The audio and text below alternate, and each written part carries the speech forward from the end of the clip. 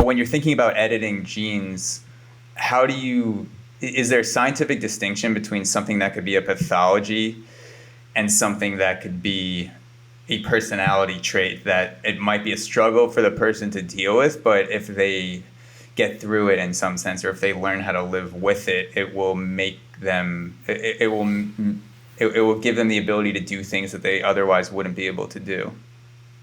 Mm-hmm.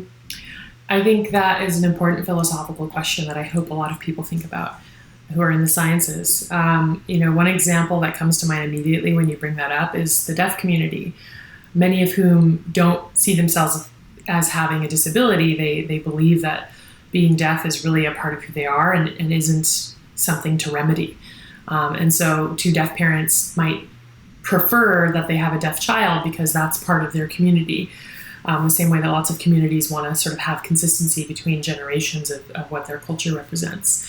And I don't think that, I don't feel so strongly about it that I would put a flag in the ground. I think it's a really interesting notion that the things that we are born with, whatever they are part of how we came into the world and do shape how we react to the world and how we perceive the world. And, certainly for me, and I think for most people who experience any kind of adversity, it really shapes the human that you are. And that can be just circumstantial, or that can be just, whatever it is you're born with. Maybe you're born without a leg, and that shapes who you are and allows you to be a different kind of person. And for some people that'll be positive and for some negative. And I think really it's at the individual level to decide, this is something I want to fix versus this is something that makes me who I am. Or maybe you feel both are true at the same time. I think probably a lot of people feel that way, but certainly there are folks I know who experience some sort of adversity, and it's overtly like it feels like this other thing that's invaded their life. And so it's like I think when you have that perspective, it's not necessarily part of your personality or part of who you are because you're rejecting it. And again, I think this is really a psychology issue more than a science issue. I mean, psychology is science, but I think it's really a psychology of what is a person's relationship with whatever that trait is, and how does it shape who they are? How do they accept it or not? Can that relationship change? And, I think it's a really interesting question.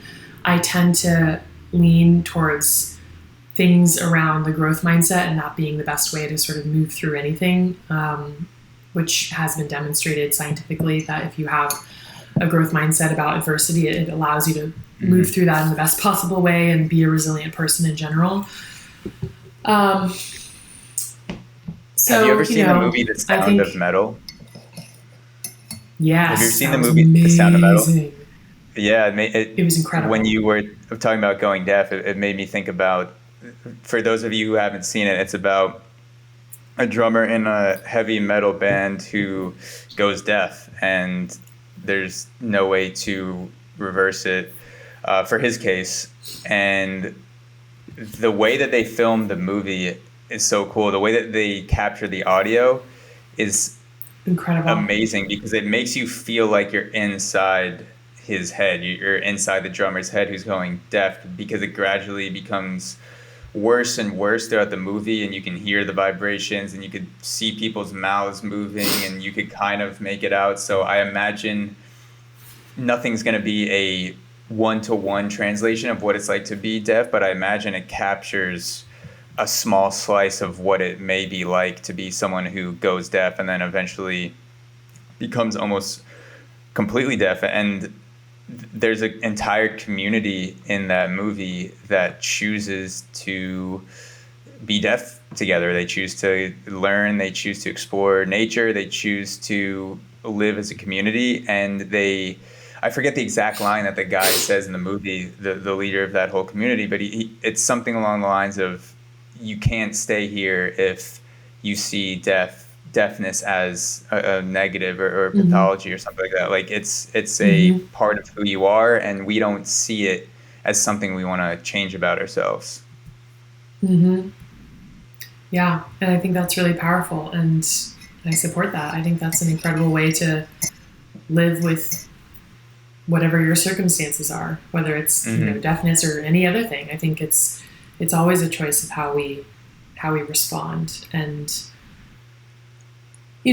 when you have an acute condition that is life-threatening, I think that can be really different. But I don't know, when you read memoirs and watch movies, or if you know somebody who's had a chronic illness or who's had a life-threatening illness, there are some magical people who really integrate it into who they are and take it as this enriching experience. And I find that to be really inspiring and remarkable. Hey guys, thank you so much for watching. As a reminder, you can become a premium subscriber today. Watch the full uncut 2+ hour episodes of the AUXORO podcast, plus gain access to 2 bonus episodes every month at auxoro.supercast.tech. Link is also in the description. Thank you so much for supporting quality content from independent creators like myself. Cheers.